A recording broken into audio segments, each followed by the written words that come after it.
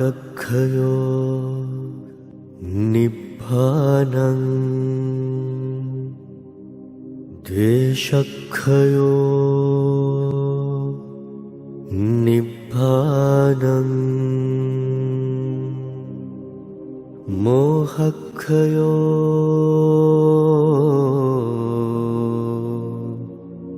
නිබ්බානං.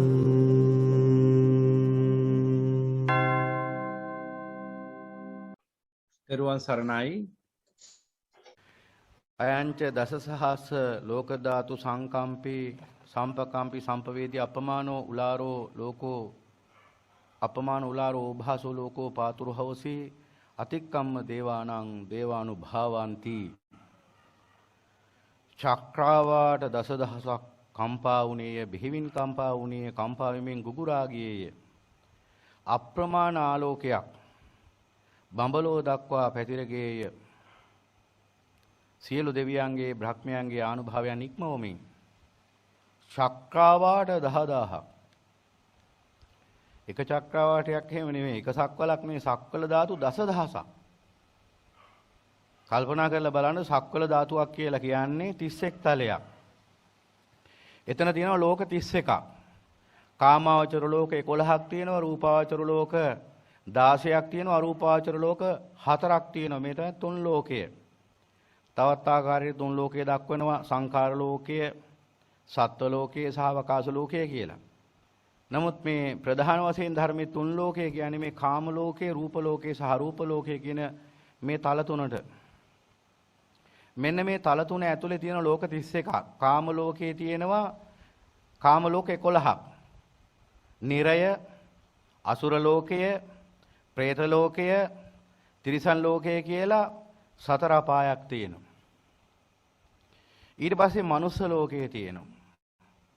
ඊට ඉහළින් තියෙනවා චාතුරු මහරජික දිව්‍ය විමානීය මීට යොදුන් 58000ක් උඩින් ධර්මයේ දක්වලා තියෙනවා පැහැදිලිවම. සෑම දිග පළලක්ම යොදුන් 58000ක් උඩින් පිටලා දෙන චාතුරු මහරජික දිව්‍ය විමානයේ. එතනින් එහා පැත්තට ඒ විදිහට 58000න් 58000ට යොදුන් පිටලා තියෙනවා දිව්‍ය විමාන, චාතුරු මහරජික, තවතිසා, යාම, තුසිත, නිම්මාන රති, පරිනිම්මිත වසවර්ති. ඊට පස්සේ එතනින් උඩට එතනින් එහා පැත්තට තියෙන බ්‍රහ්ම ලෝක. එතෙන්ට එනකන් කාම ලෝක. පරිනිම්මිත වසවර්තිය දක්වා තියෙන කාම ලෝක. එතකොට මෙන්න මේ පරිනිම්මිත වසවර්තියේ ඉන්න දෙවියෝ තමයි අර මාර දෙවියෝ. වසවර්ති මාරයා කියන්නේ. මේකේ ප්‍රධානියා. එතනින් එහා පැත්තට තියෙන රූප ලෝක 16ක් තියෙන රූප ලෝක.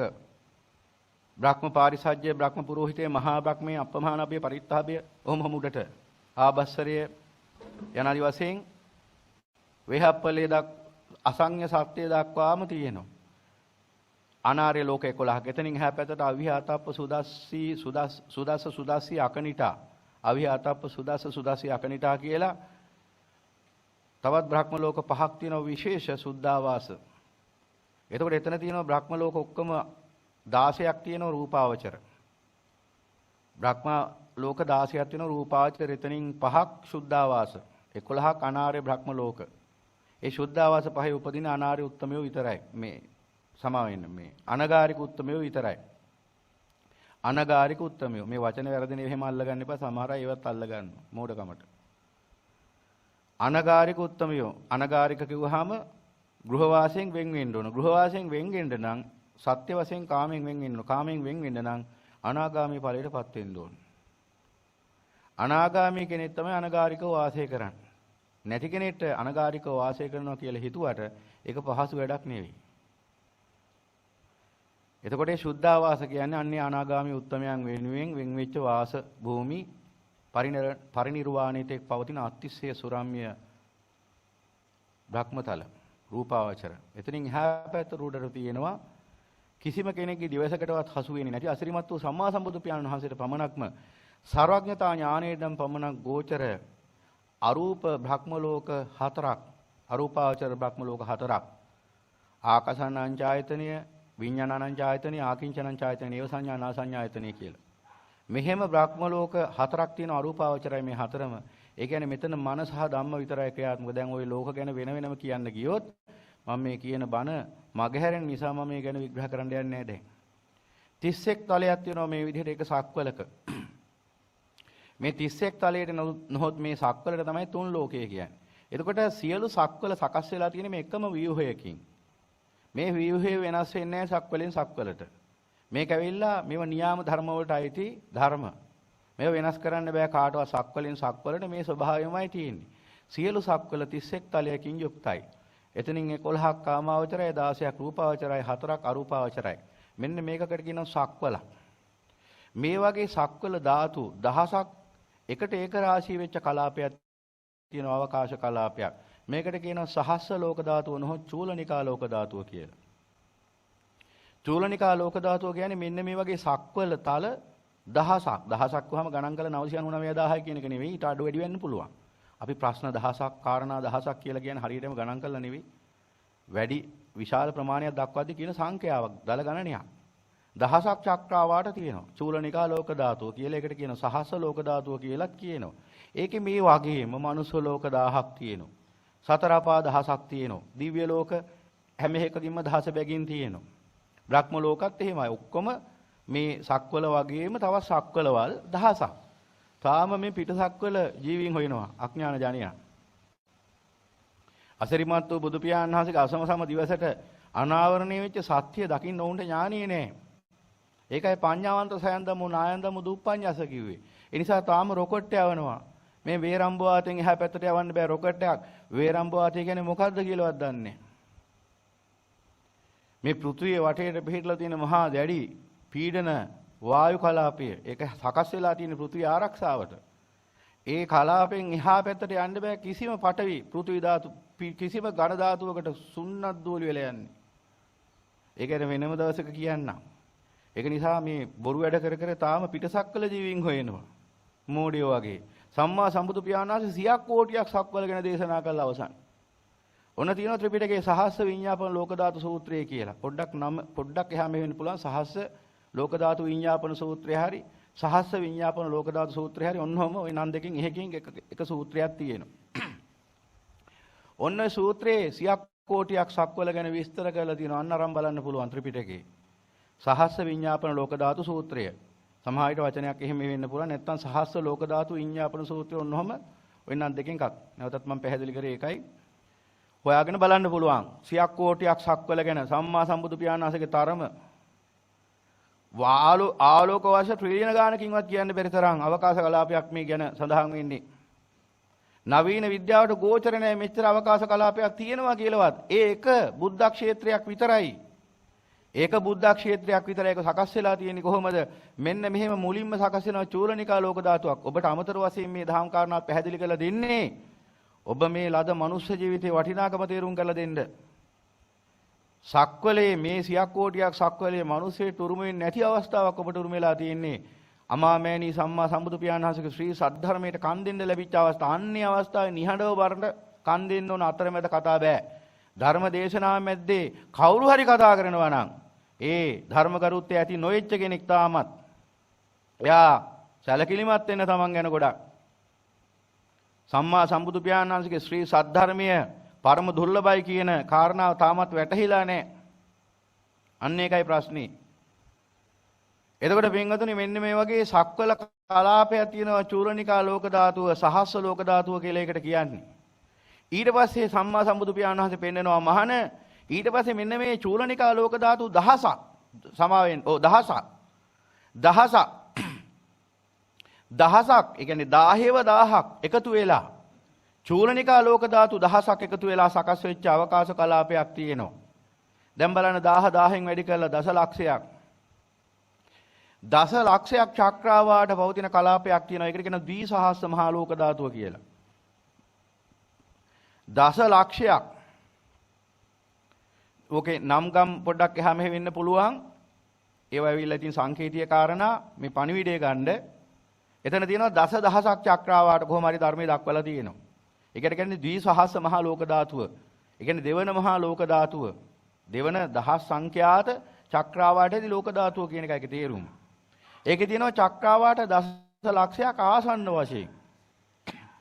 මේ වගේ සක්වල තල දස ලක්ෂයක්. ඒකට කියන්නේ ද්විසහස්ස මහා ලෝක ධාතුව. ඊට පස්සේ සම්මා සම්බුදු පියාණන් වහන්සේ පෙන්නනවා මහාන මේ වගේ ද්විසහස්ස මහා ලෝක ධාතු නැවතත් දහසක් එකතු වෙච්ච අවකාශ කලාපයක් තියෙනවා. ඒ කියන්නේ අර දස ලක්ෂයේ චක්‍රාවාට පොකුරු දහසක්. ඒ කියන්නේ ඔබට හිතා ගන්න පුළුවන් මේ අවකාශ කලාපයේ තරම එක චක්‍රාවාටයක් පිහිටානේ තව චක්‍රාවාටයකට සෑහෙන දුරකින්. මොකද හැම චක්‍රාවාටයක්ම භ්‍රමණය වෙනවා. ඒකට කියනවා චක්‍රාවාට සක්වල ප්‍රවර්තනය. හැම සක්වලක්ම භ්‍රමණය වෙනවා. ඒ සක්වල ප්‍රවර්තනය වෙනකොට ඒ සක්වල මැද්දේ පිහිටන නිරයක් තියෙනවා. ඒකට කියනවා ලෝකාන්තරික නිරය කියලා. සක්වල තුනක් ප්‍රවර්තනය වෙනකොට ඒ සක්වල මැද්දේ පිහිටනවා කුහරයක්, වායු කුහරයක්. මේක තමයි ලෝකාන්තරික නිරය කියන්නේ. මේ සංසාරය අතිශය භයානකයි. ඉමක් වුණක් දුක්ඛයන්ගෙන් ගැවසිච්ච මේ සසර ඉමක් වුණක් නැති ලෝකයන්ගෙන් යුක්තයි. ඉමක් වුණක් නැති සත්‍යෝ. එතකොට මෙන්න මේ ද්විසහස්ස මහා ලෝක ධාතු ඇතුලේ චක්‍රාවාට දසලක්ෂයක් තියෙනවා. ඊට පස්සේ ඒ වගේ ද්විසහස්ස මහා ලෝක ධාතුත් නැවත දහසක් එකතු වෙන. ඒ කියන්නේ නැවත ඒ ද්විසහස්ස ලෝක ධාතු දහසක් ඒක රාශිය වෙච්ච අවකාශ කලාපයක් තියෙනවා. මේ මහා දවැන්ත අවකාශ කලාපයට කියනවා මහා සහස්ස ලෝක ධාතුව නොහොත් ත්‍රිසහස්සී මහා ලෝක ධාතුව කියලා. එතන දසලක්ෂයේ 1000න් වැඩි කරලා බලන්න ඕනේ. එතකොට එනවා කෝටි 100ක්. කෝටි 100ක් චක්‍රාවාට 100ක් කෝටියක් සක්වල. ඒ තමයි අපගේ අසිරිමත් වූ සම්මා සම්බුදු පියාණන් වහන්සේගේ මහා බල ප්‍රදේශය බුද්ධ ක්ෂේත්‍රය. ඒ කියන්නේ අසිරිමත් වූ සම්මා සම්බුදු පියාණන් වහන්සේට බලය පාන්න පුළුවන් චක්‍රාවාට 100ක් කෝටියක් යනකම් මේ මෝඩ විද්‍යාඥයෝ අල්ලපු වැඩේ පිටසක්වල ජීවින් හොයනෝ තාම ආකාශය අර වේරම්බ වාදයේ අස්සට රොකට් යව 100ක් කෝටියක් සක්වලේ බලයපතුරු පුත්තමෙක් මේ ලෝකේ පහළ වෙලා දන්නෙත් නැහැ. මොනතරම් අඥානද බලන්න. අඥානයි කිව්වේ අර ඔබ හිතන අර්ථය නෙමෙයි. දැන් මිනිස්සු හිතනවා අඥානයි කිව්ව ගමන් මෝඩයා කියලා. ඒ අර්ථයෙන්ම නෙමෙයි මෝඩයා කියන එක අදහස එතන තියෙනවා. නමුත් අඥානයි කියන්නේ ඒක නෙමෙයි. ඇත්ත දන්නේ නැහැ කියන එක. දුක්ඛේ අඥානං. මේ සසර දුක්ඛ ස්කන්ධය ගැන දන්නේ. එහෙම දන්නවනම් ධර්මයයි හොයන්නේ. එහෙම ධර්මයේ දැනගත්තා නම් 100ක් කෝටියක් සක්වල දකින්න පුළුවන් මේ ධර්මයේ තුලින්. ඒකට දුරේක්ෂ ඕනේ. ඒකට රොකට් යවන්න ඕනේ. ඒ ධර්මයේ තුලින් දර්ශනය වෙනවා. ඒකට තියෙන්නේ සම්මා සම්බුදු පියාණන් වහන්සේගේ බුද්ධ වචන අනුගමනය කිරීම විතරයි. එතකොට 100ක් කෝටියක් සක්වල තමන්ට දකින්න පුළුවන් ධර්මයේ තුලින්. කොහොමද සකස් වෙන්නේ? කොහොමද පටිසමුප්පන්නව මේ හේතුඵල ධර්ම ක්‍රියාත්මක වෙන්නේ? කොහොමද පච්චුප්පන්න මොහොත හටගන්නේ? යනාදි වශයෙන් 100ක් කෝටියක් සක්වලේම විතරක් නෙමෙයි අසංඛ්‍යයක් ඒ බුද්ධ ක්ෂේත්‍ර පවතින බව බුදු පියාණන් වහන්සේ පෙන්නනවා. ඒ කියන්නේ ඒ වගේ 100ක් කෝටියක් සක්වල තව අනන්තයක් පවතිනවා මේ විශ්වයේ. කොච්චරද කියලා සම්මා සම්බුදු පියාණන් සඳහන් කරන්නේත් නැහැ. වැඩක් නැති කාරණයක්. දැන් මුහුදු වෙරළේ තියෙන වැලි කැට ගාන ගණන් කරලා ඉවරයක් කරන්න පුළුවන් එකක්ද? කවුරු හරි මුහුදු වෙරළේ තියෙන වැලි කැට ගාන ගණන් කරන්න උත්සාහ කරනවා නම් ඒ පිස්සෙක්. ආකාශයේ තියෙන තරු ගාන ගණන් කරන්න උත්සාහ කරනවා නම් ඒ පිස්සෙක්. ඥානයක් ඇති මිනිසෙක් ඒ වගේ දෙයකට කාලය ගත කරන්නේ ඥානවන්ත මිනිස්සුયો කරන්නේ එක දෙයයි. මේ නොනවති ජරාව මරණය කරා යන ජීවිතෙන් ගත හැකි ඉහළම ප්‍රයෝජනය ගන්න එකයි ඥානවන්තයෝ කරන්නේ. අඥානිය කරන්නේ මරණය එනකන් කල් ගනින එක. ඒ නිසා මරණය එනකන් කරන්න වැඩක් එපැයි. ඒ නිසා ආකාශයේ තරු ගනිනවා. අර සින්දුවටත් කියන අහසේ තරු ගනින්න වෙයිද දන්නේ නැහැ කියලා. මුහුදේ රළ මනින්න වෙයිද දන්නේ නැහැ. ඔව් එහෙමත් වෙන්න පුළුවන්. ඒකටත් මේ වටිනා ජීවිතය ගත කරලා මෙරළ යන අඥානෙ වෙන්න පුළුවන් මේ මහ පොළොවේ. නමුත් මේ උතුම් වූ ජීවිතය ලැබුණේ වගේ නිස්සාර වැඩකට නෙවෙයි. අසිරිමත් වූ සම්මා සම්බුදු පියාණන් වහන්සේ දේශනා කරපු මේ අමා ධර්මය අවබෝධ කරගන්න.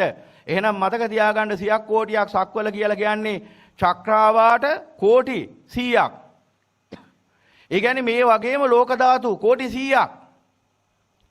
ඔබ දන්නවද මේ 100ක් කෝටියක් සක්වල අතර එකම එක සක්වලයි පිහිරන්නේ මංගල චක්‍රාවාටය කියලා. ඒ මංගල චක්‍රාවාටය කියන නම ලැබෙන්නේ චක්‍රාවාටයට අසිරිමත් වූ සම්මා සම්බුදු පියාණන් වහන්සේ කියන මහා ශාස්ත්‍රතුමන් වහන්සේ පහළ වෙන්නේ අන්නේ සක්වලේ. ඒ සක්වලේ උපදින්න අනන්ත පින් කරලා තියෙන්න ඕන. පෞකාරයන්ට ඒ සක්වලේ උපදින්න බෑ. බුදුරජාණන් වහන්සේ පහසුවෙන්ම මුණ ගැහෙන සක්වල. ඒ සක්වලෙත් පිහිටනවා විශේෂ දීපයක් ජම්බුද්වීපය කියලා. සියලු බොහෝ විෂමතා කලාපයන්ගෙන් යුක්ත සම්මා සම්බුදුරජාණන් වහන්සේට උපමා වශයෙන් ගත හැකි ප්‍රාමාණික වස්තුන් සහිත දේශයක උන්වහන්සේ උපදිනවා. මහා ගංගා, මහා කඳු, මහා විල් පවතින කාන්තාර කඳු, කාන්තාර මහා කඳු, ඒ වගේම හිම කඳු යනාදී වශයෙන් නොඑක් උපමා වලට ගන්න පුළුවන් බොහෝ විෂමතා වංගෙන් යුක්ත මහා දීපයක උන්වහන්සේ උපදින එකට කියනවා ජම්බුද්වීපය. ඒ ආසන්නේ හරි ඉන්න මහා පිං කරලා තියෙන්න ඕන. මොකද ඒ ජම්බුද්වීපය තුල පිහිටනවත මධ්‍ය දේශය. ඒ කිව්වේ ඒ අමා ධර්මයේ පැතිරිච්ච, ඒ කියන්නේ සම්මා සම්බුදු පියාණන් වහන්සේ කියන විශ්වයේ අසිරිමත් වූ පුදුම සහගත මහා ඥානවන්ත උත්තමයන්න් වහන්සේගේ අග්‍ර මහා ප්‍රඥ උතුමන් වහන්සේගේ ධර්මයේ පැතිරිච්ච පුදුම සහගත ජීවන කලාපය. ඒකට කියනවා මධ්‍ය දේශය. ඒ කියන්නේ අප්‍රමාණ පිං ඇති මිනිස්සු උපදින කලාපය. ඒ කියන්නේ මේසියක් කෝටියක් සක්වලි උපරිම පිං කරපු මිනිස්සු උපදින කලාපය. ඒ කලාපෙත් ඒ මධ්‍ය දේශයේ ඒ ධර්මය පැතිරෙන සහ ඒ ධර්මයේ ආරක්ෂා වෙන කලාපයක් ඇත්නම් ඒ අතරත් පුදුම සහගත ස්වර්ණමය කියන්න බෑ. ස්වර්ණමය කියන්නේ රත්තරන්. රත්තරන් වල මොන වටිනාකමද තියෙන්නේ? මේ දියමන්ති දේශය. මේ රට දියමන්ති දේශයක්. මේ මෝඩ ජනයා දන්නේ නැති වුණාට දියමන්ති කන්දක් උඩ හිඟා කන හිඟන්නෝ අමිල ධර්මය, අමා ධර්මය, සතර මහා නිදානේ පහළ වෙලා තියෙද්දී ටින්කබලක් අරන් හිඟා කන හිඟන්නෝ. ඒක තමයි ඇත්ත. ඒ මධ්‍ය දේශයේ අමා ධර්මයේ දරා ගන්න පුළුවන් මහ පොළොවක් ඇත්නම් ඒ මහ පොළොවේ උපදින මිනිස්සු කියන්නේ සුළුපටු මිනිස්සුද? ඒ ධර්මය ආරක්ෂා කරන මිනිස් පරපුර කියන්නේ සාමාන්‍ය මිනිස් පරපුරක් කියලාද ඔබ හිතන් ඉන්නේ? සම්මා සම්බුදුරජාණන් වහන්සේගේ ධර්මයේ උරුම වෙනවද මේ විශ්වයේ පෞකාරයන්ට? සම්මා සම්බුදුරජාණන් වහන්සේගේ ධර්මයේ පවතිනවද පෞකාර රටක? මේ තමයි මේ මහ පොළොව විතරක් නෙමෙයි සියක් කෝටියක් සක්වලේ උත්තරීතර දේශයේ දීපය මේ උතුම් වූ ශ්‍රී සද්ධර්මයේ පවතින රට 2500ක් තවත් ඉදිරියට මේ ධර්මය ආරක්ෂා කරලා පවතින රට. ඒ රටේ උපදින්න පුළුවන් ද සාමාන්‍ය මිනිහෙට? ඒකට මුස්ලිම් දෙමළ සිංහල කියලා ભેදයක් නැහැ. මේ රටේ පය ගහලා ඉපදුනා නම් ඒ අප්‍රමාණ පින් ඇත්තෙක් මේ සංසාරේ. ඒ බව නොදන්න අඥානයන් මේ අමා ධර්මයේ පැත්තකට විසි කළා තුට්ටු දෙකේ ප්‍රශ්න මහා ප්‍රශ්න බවට පත් කරගෙන මේ විශ්වයේ දිගපළල නොදන්නා නිසා, මේ භයානක සංසාරේ දිගපළල නොදන්නා නිසා අංශු මාත්‍ර ප්‍රශ්නයකට උත්තරීතර මනුෂ්‍ය ජීවිතේ නසා ගන්නවා මෝඩ ජනයා. අමිල නිදානයක් සහිතව ඉපදිලා ඉන්නේ තාම හිඟා කනවා මෝඩ ජනයා. ඒ නිසා ඔවුන්ගේ ජීවිතවල තියෙන දුක හිඟන්නට කොහෙද සැප? හැබැයි වර්තමානයේ ඉන්න හිඟන්නු නම් මං හිතන්නේ ගොඩක් සැප විඳිනවා. ඒක නිසා මේ අමා ධර්මයේ ලැබිලා ඉසු දුක් වෙනවා නම් අනේ අපිට දුකයි, අනේ බලන්න අපි විඳින දුක, අයියෝ අපි උලන දුකක්. දුකේ නිදහස් වෙන මාර්ගය නෙවෙයිද සම්මා සම්බුදුරජාණන් වහන්සේ දේශනා කළේ? දුක් විඳින ක්‍රමයද දේශනා කළේ? දුකේ නිදහස් වෙන මාර්ගයද? එහෙනම් මේ සියක් කෝටිය සක්වලේ මේ අමා ධර්මය අහන්නට පින්ලද මිනිසෙක් නැත්නම් සාමාන්‍ය මිනිසෙක් කියලා ඔබ හිතනවා නම් ඔබ මහා අඥානියෙක් තාම. ඒ කියන්නේ ඔබේ ජීවිතේ වටිනාකම ඔබට පේන්නේ නැත්නම් ඔබ මහා අඥානියෙක්. ඒක තමයි සුද්ධ සිංහලෙන්ම කියන්න තියෙන්නේ. සියක් කෝටියක් සක්වල ගැන ඔබ මොනවද දන්නේ? ඔබ මොනවද දන්නේ?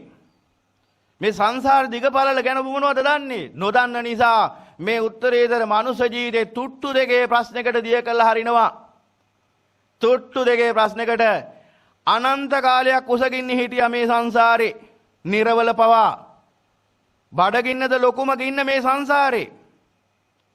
මේ රාග දේශ මොහ ගින්දර නෙවෙයිද? ඔබ දැවෙන්නේ නිසා නෙවෙයිද? අද මේ දේශනා කරන ධර්මයට හොඳින් කන් දෙන්න. ඔබ කොතනද ඉන්නේ? අපි කොතනද ඉන්නේ? ශ්‍රී සද්ධර්මයේ තුල ගමන් කරන බුද්ධ ශ්‍රාවකයන් වශයෙන් ඇයි ඔබට එන්න බැරි එතෙන්ට? ඔබේ තියෙන අඥානකම නිසා. ඇයි ඔබ තුල අඥානකම පවතින්නේ? ඔබ තාමත් අසත්පුරුෂය අසුරු කරන්නේ. සත්පුරුෂයේ කරුණාවෙන් දෙන අවවාදයකට කන් දෙන්න කැමති නැහැ අදටත්. තියෙන කාලකන්ණි කමට තමන් ඇති කරගත්තා වූ මතවාද ඇතුලේ ජීවත් වෙනවා. තාම සංකල්ප වලට රැවටිලා. මේ වටිනා ජීවිතේ මොහොතින් මොහොත ගෙවිලා අවසන් වෙලා යනවා. එහෙනම් මේ සියක් කෝටියක් සක්වලේ අනන්ත අප්‍රමාණ සත්‍යයන්ට නොලැබිච්ච පරම දුර්ලභ අවස්ථාව උරුම වෙලත් තාමත් අර සිංහලයේ කියමනක් තියෙනවා වත්ත බද්දට දීලා ඇස්සට දත නියවනවා කියලා. පරම සැපේ උදා කරගන්න ඉපදිලා తాවකාලික සැපයකට නියවන කාලකන්ණි මෝඩ ජනයා වෙලා මිය යන්න එපා. මෝඩ ජනෙක් වෙලා මිය යන්න එපා. ඔය වටිනා ජීවිතෙන් ගත හැකි ඵලය ඕක නෙවෙයි. මේ වටිනා ජීවිතෙන් ගත හැකි ඵලය නම් මේ උතුම් වූ චතුරාර්ය සත්‍ය අවබෝධ කිරීමයි. මක්නිසාදයක් යම් මොහොතක මිය ගියොත් ඔය ගෑස් සිලින්ඩරෙත් එක්කම මිය ගිහිල්ලා උපදින්නේ ආයි. ඕක ගන්නනේ ගිහිල්ලා මලේ. තෙල් ටික ගහගෙන ගන්න ගිහිල්ලානේ මලේ. ඕක තමයි ජීවිතේ ලොකුම ප්‍රශ්නේ. මරණය කොතනදීත් එනවා. ඒක වෙනම ධර්මතාවක්. ඒක අනිවාර්ය නියත ධර්මතාවක්. මේක නායි කතා කරන්න දෙයක් නෑ. මැරෙන බව කල්පනා කරලා වැඩ කළා නම් මහපාරේ මැරෙන්න සිද්ධ වෙන්නේ නෑ. ඒකයි තේරුම් ගන්න ඕන. ඒ නිසා කොහේ කොතන කොයි විදිහට ජීවත් වුණත් අවසානයේ ඉන්නේ මරණය. එතකොට මේ අමා ධර්මය අවබෝධ කරගත්තේ නැහැ කියන්නේ ඕවානේ වේ ප්‍රශ්න කියලා එදාටයි දැනගන්නේ. අද ගෙදර ගෑණි මිනිහයි ගහ ගන්නවා. එහෙම නැත්නම් දරු මල්ලෝ දෙමව්පියෝ රණ්ඩු වෙනවා. එහෙම නැත්නම් සහෝදර සහෝදරියෝ රණ්ඩු වෙනවා. එහෙම නැත්නම් ගම්වැසියන් රණ්ඩු වෙනවා. නගරවැසියන් රණ්ඩු වෙනවා. රටවැසියන් රණ්ඩු වෙනවා. රජ්ජුරුවෝයි රටවැසියෝයි ඔක්කොම එකට මරා ගන්නවා. ඌවද ප්‍රශ්න කියලා හිතන් ඉන්නේ. පෙරේත සන්නිපාත දන්නවනම් එක කෙල පිටට යුද්ධ කරනවා පෙරේතයෝ. එක කෙල පිටකට. ඒ කෙල පිටත් උන්ට මහා නිදානියක්. වත්තාස පෙරේතයන්ට එහෙම. එක සොටු පිටකට උන් සටන් වදිනවා. ඒකට මොකුත් දන්නේ නැහැ නේද ඔබ? ඔබ දන්නේ මොනවද? තාම කන්න හම්බුන්නේ නැහැ කියන එක විතරයි. එච්චරයි දන්නේ. සංසාරේ අනන්ත කාලයක ඉඳලා निराහාරව හිටියා කියලා දන්නේ නැහැ. ඒ නිසා මේ ආමා ධර්මය තමන්ගේ කනට වැටෙන වෙලාවෙත් කන් යොමු කරන්න කල්පනා කරන අඥානයේ නොවි අප්‍රමාදීව මේ ධර්මයට කන් දෙන්න. එතකොට ඔබ විතරක් නෙවෙයි මුළු රටමත් මුළු ලෝකෙමත් සක්වලම සුඛිත මුදිත වෙනවා.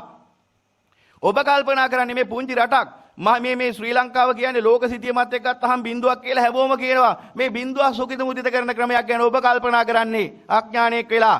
සම්මා සම්බුදුරජාණන් වහන්සේ දේශනා කරන්නේ සියක් කෝටියක් සක්වල සුවපත් කරන ආකාරය. ඒ සැපය දැන් ඔබේ සැපය ඔබ ඔය කියන සිස්ටම් චේන්ජ් එකෙන් ලැබෙන සැප මේ රටට විතරයි අදාළ වෙන්නේ. සම්මා සම්බුදුරජාණන් වහන්සේ දේශනා කරන ධර්මයේ තුලින් ලැබෙන සිස්ටම් චේන්ජ් එකෙන් ලැබෙන සැපය සියක් කෝටියක් සක්වලටම ලැබෙනවා. සියලු මිනිසයන්ට දෙවියන්ට බ්‍රහ්මයන්ට. එපමණ ධර්මයක් පෙන්වන්න පුළුවන්ද ඔබට? සියක් කෝටියක් සක්වලම සුවපත් කරන අමා ධර්මය අද වගේ උතුම් පොහොය දවසක දේශනා වුණේ ඇසලපුන් පොහොය දවසේ මංගල ධර්ම දේශනාව. ඒ අසිරිමත් වූ බුදු පියාණන් වහන්සේගේ ධර්මයයි මේ දේශනා කරන්නේ. අපේ රටේ ප්‍රශ්නේම ගමු. ඔබ දුක් විඳිනවා අපි සැප විඳිනවා. ඔබ දුක් විඳිනවා අපි සැප විඳිනවා. ඔබ අනන්ත දුක් විඳිනවා අපි අනන්ත සැප විඳිනවා. ඇයි එහෙම උනේ කියලා දැන් අහගන්න එනං මම නෙවෙයි ධර්මයේ දේශනා කරන්නේ බුදුරජාණන් වහන්සේ. උන්වහන්සේ දේශනා කරපු ධර්මයයි මම මේ පෙන්වා දෙන්නේ. එහෙම නැතුව මේ භික්ෂුව කියන බණක් එහෙම නෙවෙයි මේක. කවුරුවත් ඒ වගේ අඥාන මානසිකත්වයකින් මේ ධර්මයේ දිහා බලන්න එපා. මේ ධර්මයේ දේශනා කරන්නේ සම්මා සම්බුදුරජාණන් වහන්සේ. උන්වහන්සේ දේශනා කරපු ධර්මයයි මේ පෙන්වා දෙන්නේ. ත්‍රිපිටකයේ තියෙන තරත් එක්කම කියලාම තමයි ධර්මය කියන්නේ. ඒ නිසා තං සුනාත සාදුකං මනසිකරෝත මේ පරම දුර්ලභ අවස්ථාවක් උදා වෙලා තියෙන නිසා මේ ධර්මයට මනවින් කන් දෙන්න. එතකොට ඒ කාන්තෙන් අවබෝධ කරගන්න පුළුවන්. සියලු වැඩ පසෙකින් තියලා අදට කන් දෙන්න. නැත්තම් සියලු වැඩ කරදරාගෙන තමයි මෙතනින් එහා පැත්තට ජීවත් වෙන්න වෙන්නේ. එක දවසක් බණහඬ ඔබට කාලේ නැත්තම් සියක් කෝටියක් දවසක් දුක් විඳින කාලේ අනාගතේ උදා වෙන. ඒකට සැකයක් තියාගන්න එපා.